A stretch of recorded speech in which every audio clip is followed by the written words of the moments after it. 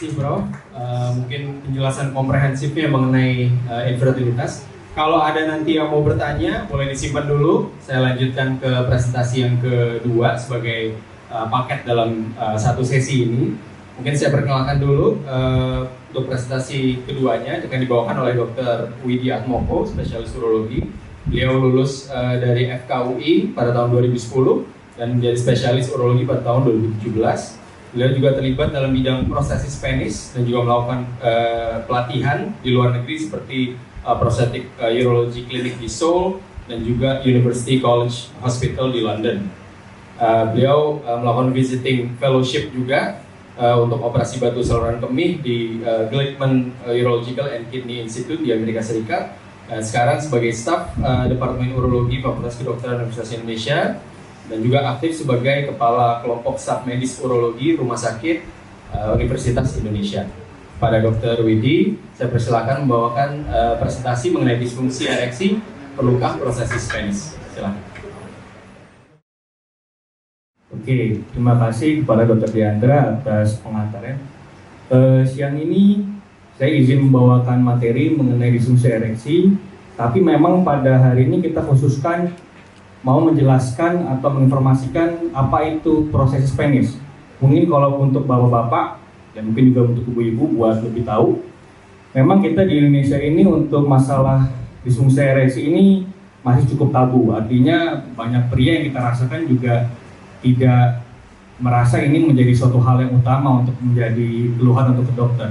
Tapi pada dasarnya sebenarnya ini bisa menjadi suatu masalah yang bisa menyebabkan kualitas hidup yang sangat turun, bahkan sampai bisa ke arah mengganggu hubungan suami istri. Artinya potensi suaminya karena masalah disfungsi ereksi, istrinya juga tidak suka, akhirnya malah di ujung-ujung cerai. Jadi pada dasarnya sebenarnya hal ini memang harus kita informasikan kepada masyarakat umum bagaimana tata laksana pada umumnya. Dan memang pada hari ini kita mau mencoba memperkenalkan prostesis penis. Artinya adalah ini suatu alat yang bisa menggantikan fungsi atau mekanisme ereksi pada penis yang biasanya memang diindikasikan pada kasus yang tahap lanjut, akhirnya sudah paling terakhir terapinya pakai obat, pakai injeksi dan lain-lain tidak bisa, baru pakai prostesis penis. Di luar negeri ini sudah sangat banyak dikerjakan, sehari bisa 3-5 kali. Tapi kalau di kita memang di RT baru sudah mau mulai mengembangkan. Sejauh ini kita memang belum mencapai 10 operasi, tapi kita berusaha menjadi center yang leading untuk di Indonesia untuk mengembangkan proses penis. Untuk secara umum, saya ingin menjelaskan secara umum bagaimana mekanisme ereksi secara awam. Pada prinsipnya adalah kalau kita berbicara masalah ereksi, ada beberapa komponen penting di dalam tubuh kita dalam mengatur kerja ereksi di penis. Yang pertama adalah saraf, di mana kalau kita ereksi pasti saraf ini juga sangat berhubungan dengan cara stimulasi, bisa dengan sentuhan, audio, visual segala macam, ya itu bisa menstimulasi saraf. Yang kedua aliran darah. Jadi kalau kita melihat anatomi, artinya gambaran klinis di penis, ini kalau kita belah, mohon maaf ya ini ada gambar seperti ini. Jadi ini hanya untuk menjelaskan masalah diagram atau isi dari penis.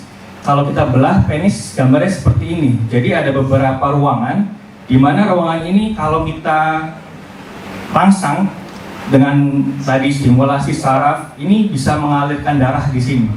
Ketika darah di sini mengalir, otomatis dia akan membesar. Dan dia membesar, maka nanti ada suatu mekanisme dia menjaga aliran darah itu supaya tidak balik.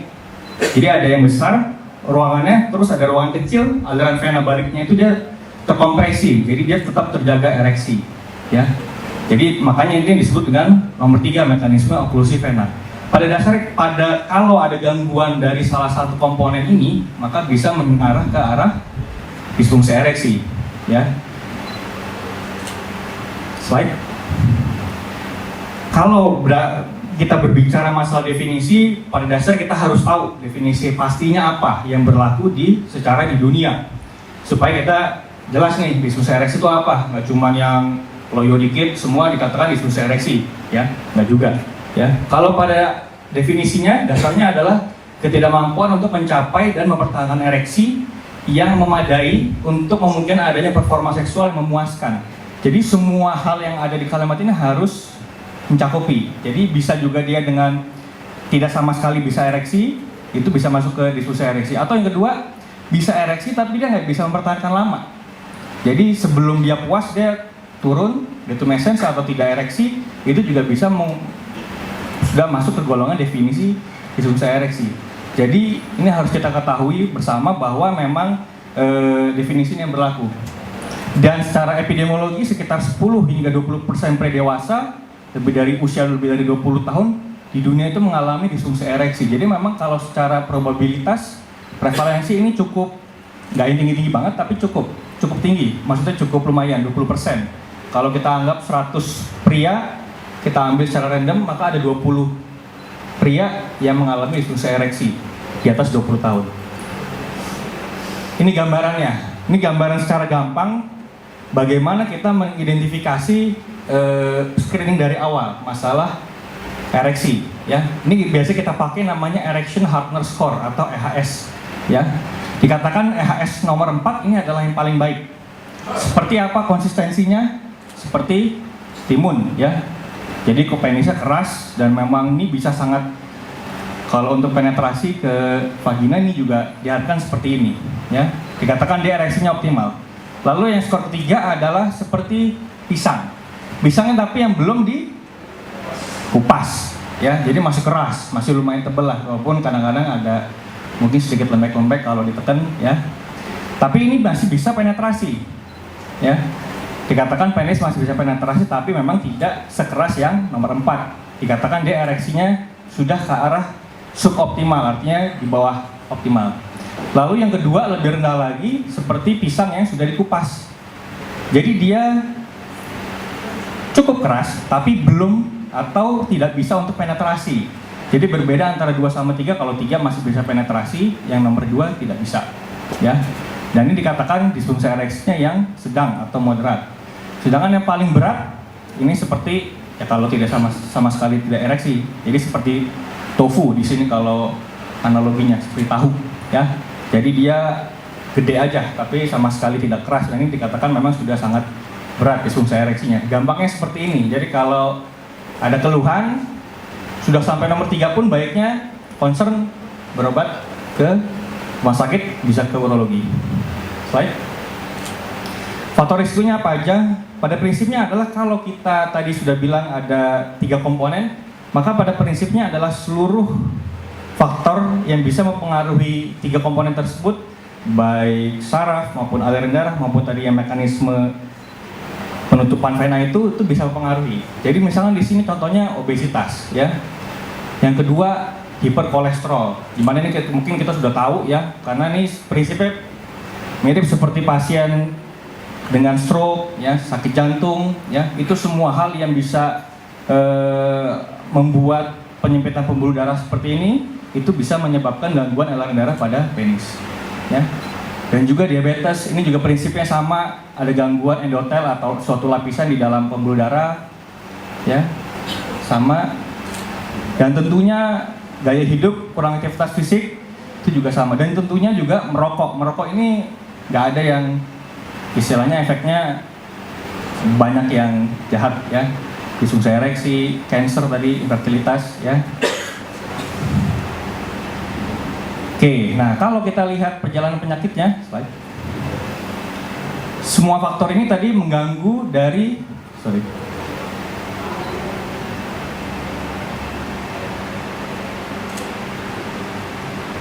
mengganggu mengarah ke disfungsi ereksi. Satu lagi. Nah ini contoh gambar animasinya biar supaya kita terbayang. Dan mari kita melihat anatomi, bisa di play filmnya. Ya, ini kalau kita lihat di sini banyak, ini daerah pelvis, ya, daerah panggul, ini penis. Nah di sini tuh ada pembuluh darah nih yang merah-merah nih, ini arteri. Ya, jadi ini dari jantung mengalir ke sini. Ketika dia ereksi, sini mengisi, lalu dia membesar. Nah ini yang tadi saya bilang ada banyak-banyak ruangan, ya. Kalau misalkan pembuluh darah ini ada gangguan, misalkan di sini ada penyempitan, maka yang terjadi adalah terganggunya fungsi ereksi dari penis. Jadi memang sebenarnya selain dari pembuluh darah, saraf pun juga bisa. Misalnya pada pasien dengan stroke, ya, atau diabetes mellitus yang memang dia biasanya ada gangguan saraf di tepi, artinya bisa di kulit atau di daerah-daerah organ sini, ya, itu bisa juga dia menyebabkan gangguan saraf sehingga dia untuk menstimulasi proses ereksi yang ada di sini juga terganggu. Ini pemeriksaannya memang kalau kita tadi berbicara mengenai banyak faktor, berarti memang banyak faktor risikonya. Jadi nanti kalau kita bekerja dokter, terutama urologi dalam mengatasi disfungsi ereksi ini, maka kita harus melihat semuanya.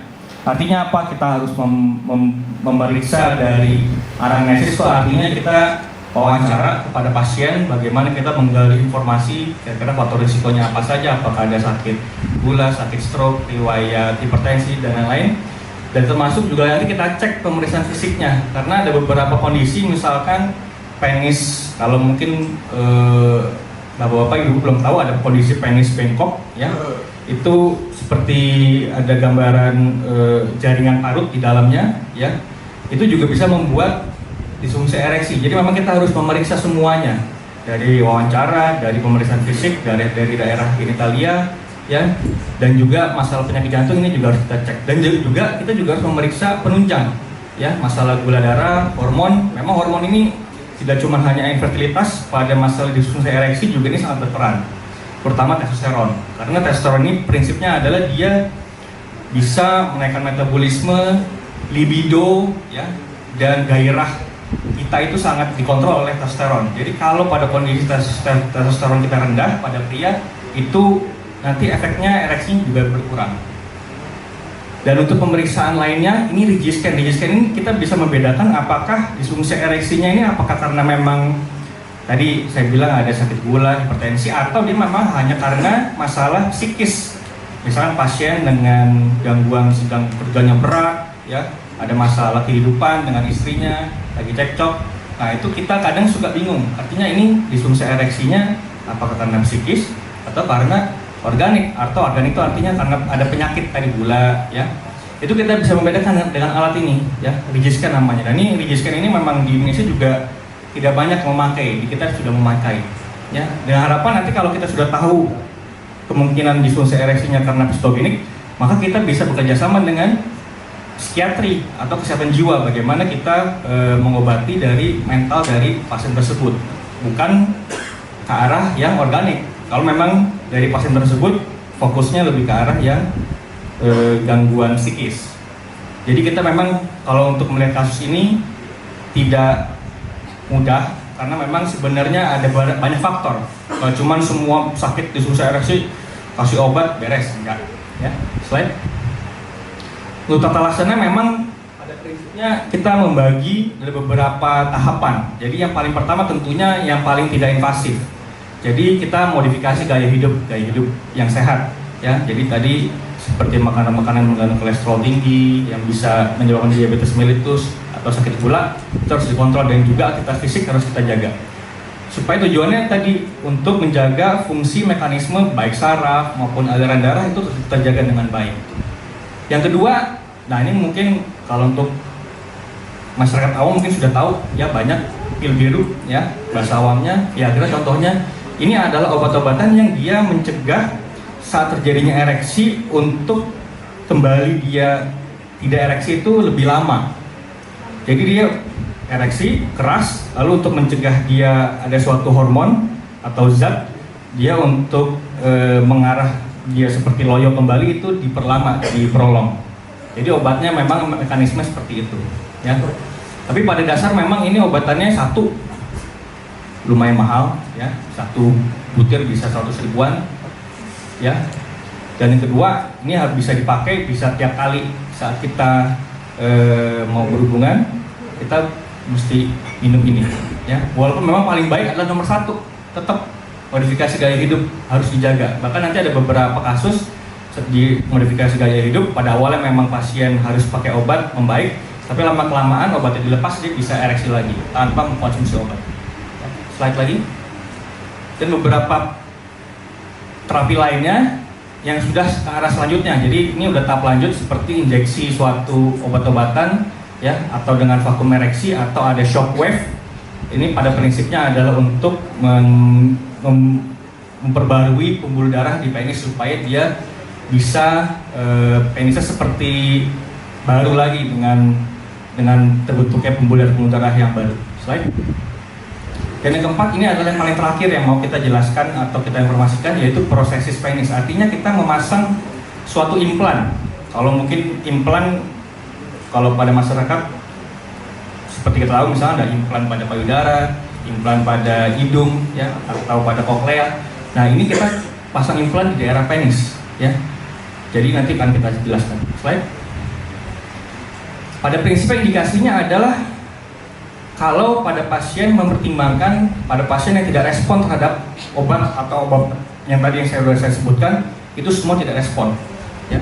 Jadi kita baru pakai. Atau yang kedua, sebenarnya ini sudah dilakukan, maksudnya ini sudah masuk guideline. Kalau misalnya memang ada pasien yang sudah yakin dia mau langsung loncat ke implan, itu diperbolehkan. Yang dia mau memang menginginkan solusi permanen untuk masalah mereka. Artinya dia sudah mungkin capek dengan obat-obatan, mungkin mahal, ya. Nah, ini langsung loncat ke proses penis, itu juga boleh, ya. Dan secara keberhasilan dikatakan dari penelitian, tingkat kepuasan ini paling tinggi dibandingkan obat-obatan yang lain. Dengan obat minum, dari obat yang ditembak, disuntik, dia tingkat kepuasannya hampir 92-100% pada pasien, pada pria, dan pada pasangan. Artinya apa? Istrinya juga puas, gak cuma suaminya. Jadi dinilai di sini adalah gak cuma prianya, istri juga merasa puas. Kisarannya antara 91-95%. Jadi memang kondisi pilihan terapi ini sebenarnya cukup menjadi suatu solusi yang paling handal kalau memang kita sudah mencapai tahapan disfungsi ereksi yang sudah sangat lanjut. Jadi kita nggak punya terapi apa lagi, ya ini aja tinggal bisa pilihan terapi. Slide. Dan perlu kita ketahui bahwa alat ini tujuannya bukan untuk membesarkan penis, artinya membesarkan lebih dari ukuran yang sebelumnya, ya. Jadi kita hanya untuk menggantikan mekanisme kerja ereksinya. Jadi kalau ada yang datang ke kita, dok saya pengen gedein penis, nah ini enggak, alat ini tidak memperbesar ukuran penis, hanya mengganti ereksinya, fungsinya, ukuran tetap sama, ya. Slide. Tetapi memang kita perlu perhatikan, namanya kita memasukkan barang atau implan ke dalam tubuh kita harus aware bahwa ada beberapa kondisi yang kita tidak bisa memasang ini. Misalkan apa? Ada infeksi, urologi yang belum teratasi, misalkan ada juga gangguan gulanya pada pasien tersebut juga tidak terkontrol dengan baik, itu juga sebenarnya merupakan kontraindikasi. Karena dengan adanya sakit diabetes mellitus atau sakit gula, dia bisa nanti saat penyembuhan operasi sangat terganggu. Jadi dia bisa menimbulkan suatu infeksi karena kita memasukkan alat dari luar ke dalam tubuh kita. Dan juga alergi terhadap obatan operasi. Tapi ini nanti bisa kita kombinasikan dengan pilih terapi alternatif lain. Slide. Ada dua jenis. Kita sekarang akan ngomongin kebanyakan masalah implan. Yang pertama adalah malleable. Artinya malleable ini penisnya, implannya kita pasang seperti gelondongan aja seperti ini, tapi ini bisa kita tekukan. Ini lumayan rigid atau lumayan keras, tapi masih bisa kita bengkok. Nanti ada diagram atau contoh videonya. Sedangkan yang paling canggih adalah yang dengan pompa. Artinya kalau kita membutuhkan penisnya itu untuk ereksi, kita pompa. Nanti di sini ada air. Nah, nanti air di sini akan mengalir ke silinder di sini. Nah, nanti silinder ini akan lurus. Kalau sudah selesai, kita kempeskan pompanya, maka airnya akan kembali lagi ke daerah di sini, di reservoirnya, di tempat tampungannya. Jadi ini sangat fleksibel, tapi memang secara cost ini jauh lebih mahal dibandingkan yang malleable. Slide. Ini contoh yang pakai malleable, ya. Ini sudah terpasang. Jadi kalau pada pasien ingin menggunakan implannya, dia tinggal hanya dibengkokkan ke depan. Sedangkan kalau sudah selesai, nanti diturunkan kembali. Ya, ini memang kalau untuk di Indonesia ini masih tidak begitu banyak diperkenalkan, makanya kita berinisiatif untuk memberikan informasi. Nah, ini yang pakai, boleh di play. Ini yang pakai tripis atau pakai pompa. Jadi ini pompanya kita taruh di dalam skrotum atau di dalam buah zakar. Nah, nanti air yang ada di sini mengalir ke sini, ya. Ketika sudah selesai digunakan, artinya sudah selesai berhubungan seksual, ya. Lalu kita kempeskan. Dan ini tidak mengganggu sensasi, artinya pasien masih bisa orgasme, masih bisa ejakulasi, ya. Jadi dia hanya menggantikan fungsi ereksi pada penis. Slide. Ini contoh pasien yang asli. Ini memang kita ambil dari luar, ya, tapi kita sudah izin. Slide. Kalau di play, ini yang pakai pompa, ya.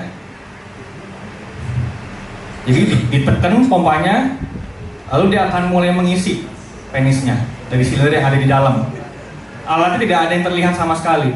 Jadi semua barangnya, implannya di dalam semua. Ini nggak apa-apa ya kita kasih lihat supaya masyarakat juga contoh. Mau bukti real ya kita kasih lihat, ya. Nanti kalau sudah selesai tinggal dikempeskan seperti ini. Dia switchnya berbeda di pompanya itu. Ada yang pompa buat bikin terisi, ada yang pompa buat supaya ngosongin silinder yang ada di sini.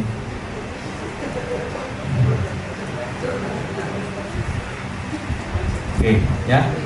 Jadi buat pria-pria, tolong lebih aware masalah ereksinya. Ya.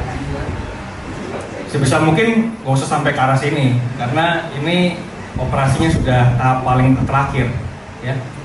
Slide. Untuk perawatan pasca operasinya, kalau untuk pemasangan yang tadi yang dibengkokkan bisa langsung pulang, ya. Tapi nanti balutannya dilepas 3 hari pasca operasi.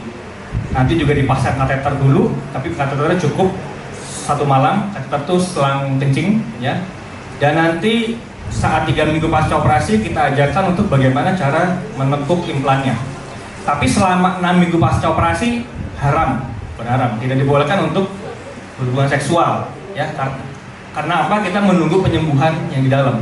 Karena kalau kita memakai terlalu cepat, nanti pasiennya bisa dia erosi, ya. Erosi itu artinya nanti luka dan ini bisa terganggu, nanti bisa keluar malah bahkan, ya, kalau paling parah, ya. Yang pompa agak berbeda sedikit, ya. Dia biasanya nanti balutannya itu juga 1 hari. Nah, dan nanti dia juga selama 6 minggu harus tidak berhubungan seksual terlebih dahulu, ya. Jadi harus tahan-tahan nih 6 minggu. Mentang-mentang udah dipasangin barang di dalam penis nih, udah merasa kayak Superman, nah, langsung dipakai, enggak, salah. Jadi harus kontrol atau menahan nafsunya selama 6 minggu, ya. Slide. Sama tadi kita juga ingin menginformasikan bahwa di RSCM kita sudah menerapkan suatu penyelayanan. Jadi kalau nanti dari Bapak Ibu atau terutama Bapak ada masalah ini, kita nanti harapkan sebelum bertemu dengan kita urologi, Bapak bisa langsung, misalkan keluhannya apa, bilang ke perawat dari kita, keluhannya masalah ereksi, nanti kita cek dulu beberapa lab, ya. Contohnya seperti tadi gula darah, terus kolesterol, hormon. Nah, kalau sudah ada hasilnya baru ke kita, ya. Slide. Nah, contohnya seperti ini. Jadi ini sebenarnya yang kita nanti rencana mau kita terapkan. Jadi nanti kalau Bapak ingin berobat masalah ini, ya, nanti kita rencana akan membuat suatu mekanisme bahwa Bapak tidak perlu datang ke kita terlebih dahulu. Jadi cukup membuka smartphone-nya atau HP-nya, nanti isi dengan pertanyaan di situ, keluhannya apa, nanti akan sudah terregistrasi otomatis ke Kencana, dan kita akan memberitahukan kira-kira Bapak apa aja yang perlu dicek labnya. Datang ke Kencana atau ke RSCM, dicek. Setelah itu baru ketemu sama kami, urologi, ya. Kalau kita lihat dari labnya kesannya kayaknya keluhannya lebih ke arah psikis nih, bukan ke arah, dari labnya bagus semua, gula segala macam bagus, kita akan konsul ke departemen lain, ya. Misalkan psikiatri, kesehatan jiwa. Kalau ada sakit gula, kita nanti akan konsulkan ke dokter endokrin, ya, dokter hormon, ya. Kalau ada masalah jantung, kita konsulkan ke dokter jantung.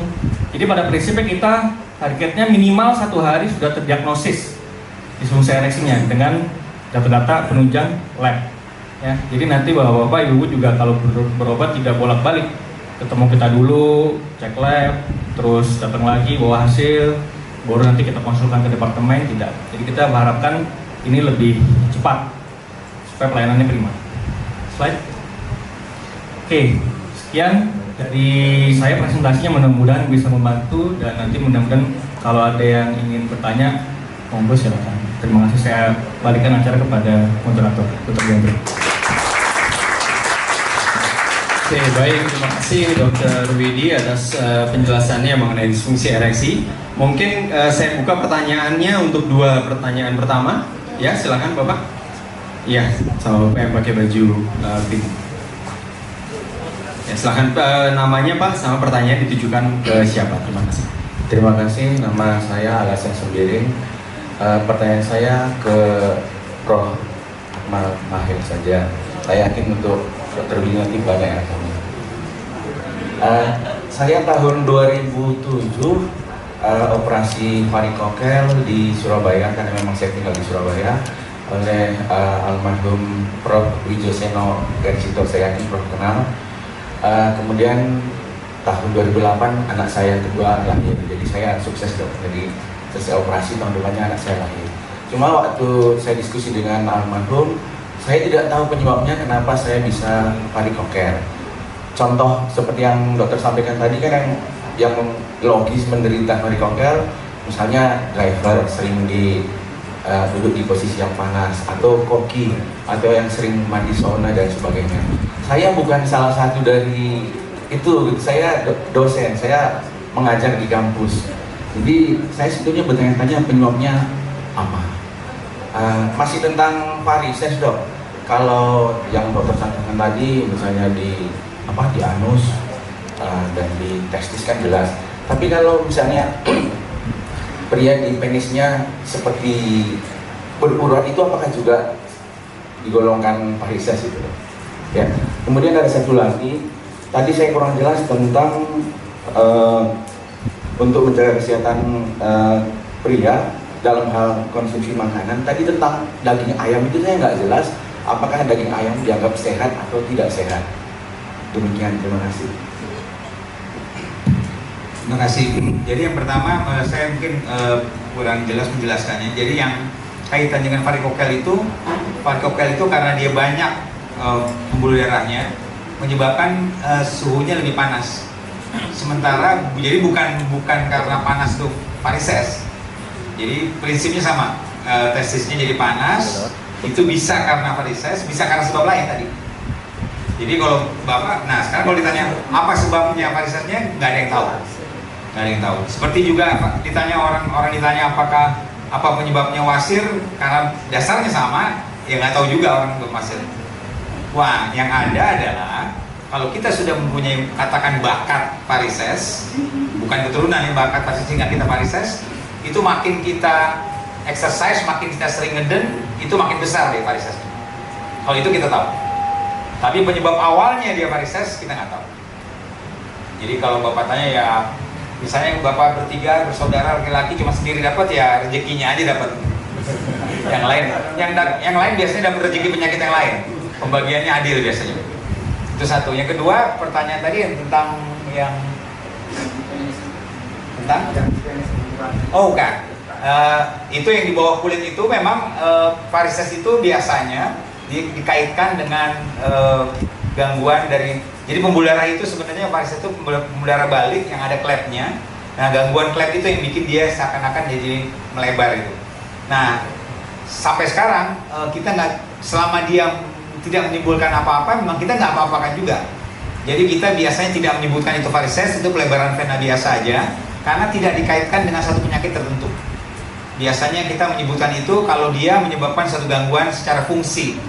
Jadi kalau misalnya di anus karena sakit, panas, kemudian dia berdarah, itu kita bilang, kita jadi kasih perhatian, kita bilang ini ambeien yang varises yang kita mesti betulin. Biasanya kalau di bawah kulit penis itu biasanya sih nggak ada gangguan apa-apa, dan biasanya kita juga nggak akan juga melakukan apa-apa untuk itu.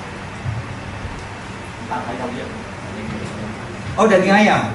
Jadi memang pembagiannya itu red meat itu yang ikan dengan itu yang sehat. Bahkan kalau orang banyak mengkaitkan bukan saja dengan kesehatan gangguan tadi, dokter ini menyampaikan dengan gangguan ereksi ataupun itu sebenarnya menyebabkan penyempitan dari pembuluh darah. Yaitu red meat itu yang daging kambing, sapi, babi, pokoknya yang putih itu yang kita bilang daging yang putih itu kan kita lihat tuh ayam sama ikan itu kan dibandingkan itu kan yang bilang red meat. Red meat itu kalau menurut WHO juga menyebabkan risiko kanker lebih besar. Sayangnya angkanya itu begini, kita kalau untuk mencegah kanker yang red meat itu mesti kita batasi cuma boleh 200 gram per bulan. Itu sedikit loh. Kalau makan steak sekali 150 gram itu jatah sebulan udah mau habis. Nah ya tergantung kita aja lah, kita mau. Tapi yang saya sampaikan semua angka-angka yang resmi yang sudah berdasarkan penelitian. Karena kadang-kadang kita berasa kita kurangi kan, saya udah kurangi nih makan dagingnya. Pas dia bilang sudah dikurangi, berapa banyak kurangnya? Ya masih banyak juga. Itu artinya sih nggak akan banyak manfaatnya. Tapi sudah terbukti kalau kita ngomong tentang daging yang putih tadi, yang ikan dengan ayam itu jauh lebih sehat daripada yang merah. Tapi biasanya orang bilang yang enak yang merah, ya iyalah. Biasanya memang yang berbahaya itu yang enak itu.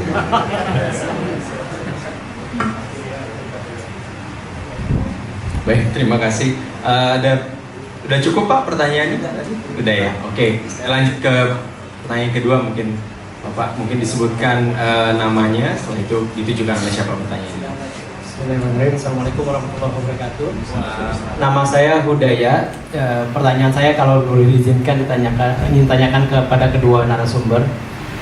Yang pertama, saya punya putri, alhamdulillah 3, yang terakhir meninggal wafat dalam kandungan. Ini tentang infertilitas. Jadi ketika istri saya kehilangan bayinya di usia kandungan 6 bulan, setelah itu kita memutuskan untuk merancang mengendalikan kehamilan. Sekitar 2-3 tahun kita gunakan cara yang kalender. Tapi setelah itu kemudian kita memutuskan untuk punya anak lagi. Nah, saat itu usia istri saya sekitar 32 ya. Kemudian sampai 5-6 tahun sampai hari ini belum berhasil. Nah, dengan riwayat saya punya anak, tentunya saya pernah tidak infertil. Apakah kemudian saya bisa menyimpulkan, karena saya baru tahu kalau 1 tahun dengan kondisi yang sebenarnya aktif, itu boleh dinyatakan sudah infertil. Nah, saya tidak pernah terpikir ke sana karena selama ini saya berasumsi bahwa kedua belah pihak, baik saya maupun istri, pernah punya anak dan tidak ada keluhan soal tidak mungkinan punya anak. Itu yang saya pengen tanyakan, apakah ada kemungkinan itu? Karena setelah setahun istri saya kehilangan kandungan itu saya mengalami kecelakaan. Apakah itu juga ada kaitan misalnya? Itu yang pertama terkait dengan fertilitas. Yang kedua terkait dengan prostesis nih dok. Kalau terkait dengan orang tua yang memiliki diagnosa sakit jantung dan kemudian sampai disfungsi ereksi yang tidak memungkinkan kembali ereksi, apakah jika digunakan implan itu beresiko terhadap jantungnya untuk beraktivitas seksual? Karena selama ini dengan dia tidak melakukan aktivitas seksual memang aman. Karena salah satu yang memicu juga ketika melakukan aktivitas seksual itu ternyata bukan memperparah, saya nggak punya ilmu medisnya, tapi mengganggu justru aspek jantungnya. Nah, apabila dilakukan implan, apakah justru akan juga berpengaruh terhadap aktivitas, karena dia bisa seksual aktif kembali ya terhadap jantung. Terakhir sedikit soal apabila kategorinya justru bukan level yang nomor 1 yang sama sekali tidak ereksi, tapi baru level 3, bisakah jam kepada permintaan opsional permintaan untuk justru melakukan implan? Itu aja. Makasih. Assalamualaikum warahmatullahi wabarakatuh. Yang pertama, kalau memang ada orang yang susah punya anak itu, dia menikah kemudian belum pernah bisa punya anak, kita bilang itu yang primer. Tapi yang bapak ini sebenarnya yang sekunder. Artinya gini, dia pernah punya anak, kemudian dia pengen punya anak kedua, nggak bisa. Nah itu biasanya gini, yang paling sering sebenarnya adalah varises tadi juga bisa seperti itu, varikokel. Jadi waktu bapak pertama kali itu barangkali ini saya cuma dari cerita yang belum pakai pemeriksaan, bisa dia sudah ada varikokel, tapi kan penyakit itu kan makin lama makin berat kalau nggak diobati. Nah kemudian bapak itu waktu pertama kali baru menikah sudah ada varikokel di situ, tapi belum seberapa parah sehingga menyebabkan gangguan di sperma sehingga bapak masih bisa punya anak. Kemudian lahir anak, kemudian kita kendalikan kehamilan 2 tahun itu ditunda, sepanjang itu karena kita nggak tahu, varisesnya kan makin berat tuh. Sehingga habis itu setelah itu varisesnya jadi makin berat, kemudian spermanya makin jelek, dan bapak nggak bisa punya anak lagi yang kedua. Itu sering kita dapatkan kalau itu. Jadi dia pernah punya anak tapi tidak bisa punya untuk kedua. Kita bilang yang paling bisa ya diperiksa. Itu satu kemungkinan. Memang sudah banyak, tapi yang paling banyak kemungkinannya ini. Nanti ada masalah hormon bisa, ada masalah yang lain juga kita bisa cari.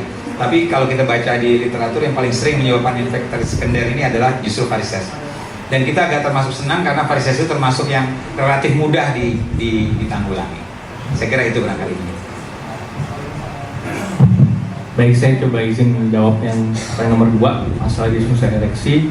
Kalau terkait masalah penyakit jantung, ya, tentunya kita apabila ingin mengerjakan atau pasien mau dikerjakan proses penis, tentunya masalah jantung ini kita masukkan sebagai nanti kategori untuk persiapan operasinya. Jadi kalau misalnya, karena pas saat operasi kita butuh biusnya bisa bius setengah badan atau bius umum. Nah itu yang kita justru malah concern masalah nanti apakah jantungnya kuat atau tidak. Karena sebenarnya secara mekanisme langsung itu tidak berhubungan langsung antara tindakan saat pengerjaan proses penis dengan jantung. Itu masalah persiapan. Ya. Kalau sudah dipasang, bagaimana apakah boleh menggunakan atau tidak? Prinsipnya sama sebenarnya seperti halnya kalau dia tidak, kalau dia seperti aktivitas fisik seperti biasa. Jadi kalau misalnya ada pasien dipasang ini aman atau enggak, sebenarnya sama aja kalau dia sakit jantung, lari boleh atau tidak? Lari. Pada prinsipnya sebenarnya aktivitas seksual itu kan kurang lebih sama seperti aktivitas fisik seperti biasa, tapi mungkin memang lebih berat, ya. Jadi pada dasarnya prinsipnya sama. Jadi kalau memang kira-kira jantungnya aman dan untuk aktivitas fisik biasa saja tidak ada masalah, dia tidak akan menimbulkan suatu masalah. Jadi seperti itu. Nah lalu yang pertanyaan kedua, masalah disfungsi ereksi, boleh nggak dari nomor 3 langsung pasang implan? Sebenarnya boleh, tapi kita harus diskusikan benar-benar antara dokter dengan pasien, ya, mengenai risk benefitnya. Kalau pada dasarnya kita pasti akan selalu menganjurkan step by step. Artinya apa? Tadi satu, gaya faktor risiko gaya hidup kita harus modifikasi. Yang kedua, kalau aman, dia pakai obat-obatan, bisa obat-obatan minum, bisa obatan injeksi, atau tadi yang pakai gelombang kejut buat menaikkan vaskularisasi atau pembuluh darah di area penis. Itu kita anjurkan prioritas ke arah sana. Kalau pasien mau langsung, boleh. Tapi kita harus jelaskan bahwa tindakan ini tidak sepenuhnya istilahnya aman, bahwa memang ada faktor risikonya. Artinya apa? Faktor risikonya walaupun memang kecil di bawah 10%, ya, tapi bisa kalau misalnya gagal, misalnya tadi pasiennya ada sakit gula berat, ya, ada infeksi, masalah perkencingan juga mungkin dia ada sakit prostat, ya, jadi kencing nggak lancar, itu bisa faktor risiko tinggi infeksi. Begitu kita pasang ini terjadi infeksi, harus dikeluarkan.